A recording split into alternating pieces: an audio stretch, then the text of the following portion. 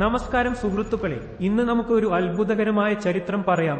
ആകാശത്തിന്റെ രഹസ്യങ്ങൾ തുറന്ന മഹാനായ ഒരു ശാസ്ത്രജ്ഞന്റെ കഥ.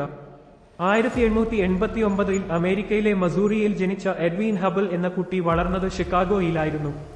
സ്കൂളിൽ പഠിക്കുമ്പോൾ തന്നെ അസാധാരണമായ ബുദ്ധിശക്തി പ്രകടിപ്പിച്ചിരുന്ന എഡ്വിന് യൂണിവേഴ്സിറ്റി ഓഫ് ഷിക്കാഗോയിൽ സ്കോളർഷിപ്പ് കിട്ടി.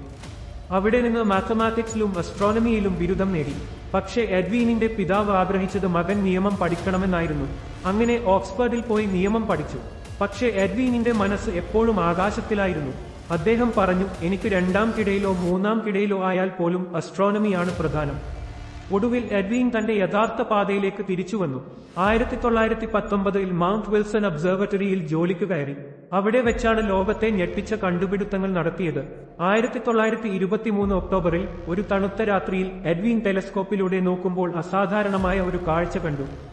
ആൻഡ്രോമഡ നക്ഷത്രമണ്ഡലത്തിലെ M31 നെബ്യുലയിൽ ഒരു പുതിയ നക്ഷത്രം. പക്ഷേ അത് വെറുമൊരു നക്ഷത്രമല്ലായിരുന്നു, അതൊരു സെഫൈഡ് വേരിയബിൾ സ്റ്റാർ ആയിരുന്നു. ഈ കണ്ടെത്തൽ വഴി എഡ്വിൻ തെളിയിച്ചു, നമ്മുടെ ആകാശത്തിനപ്പുറത്തും ഗാലക്സികളുണ്ടെന്ന്. അന്നുവരെ ശാസ്ത്രലോകം കരുതിയിരുന്നത് പ്രപഞ്ചമെന്നാൽ നമ്മുടെ മിൽക്കി വേ മാത്രമാണെന്നായിരുന്നു.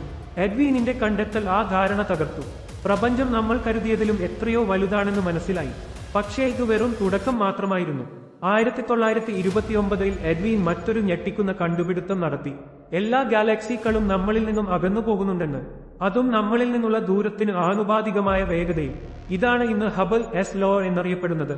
ഈ കണ്ടുപിടുത്തം വഴി എഡ്വിൻ തെളിയിച്ചു, പ്രപഞ്ചം സ്ഥിരമായി നിൽക്കുന്നതല്ല, മറിച്ച് വികസിച്ചുകൊണ്ടിരിക്കുന്നുവെന്ന്. ഐൻസ്റ്റൈനിന്റെ സിദ്ധാന്തം ശരിയാണെന്ന് തെളിഞ്ഞു. നമ്മുടെ പ്രപഞ്ചത്തെക്കുറിച്ചുള്ള കാഴ്ചപ്പാട് തന്നെ മാറി.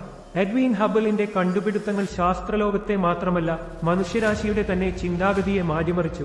നമ്മുടെ സ്ഥാനം പ്രപഞ്ചത്തിൽ എത്ര ചെറുതാണെന്ന് മനസ്സിലാക്കി. എഡ്വിൻ ഹബിളിന്റെ പേരിൽ ഇന്ന് ബഹിരാകാശത്തിൽ ഒരു ടെലസ്കോപ്പ് ഉണ്ട്, ഹബിൾ സ്പേസ് ടെലസ്കോപ്പ്. അദ്ദേഹത്തിന്റെ സ്വപ്നങ്ങൾ തുടരുകയാണ്, പ്രപഞ്ചത്തിന്റെ രഹസ്യങ്ങൾ തേടി.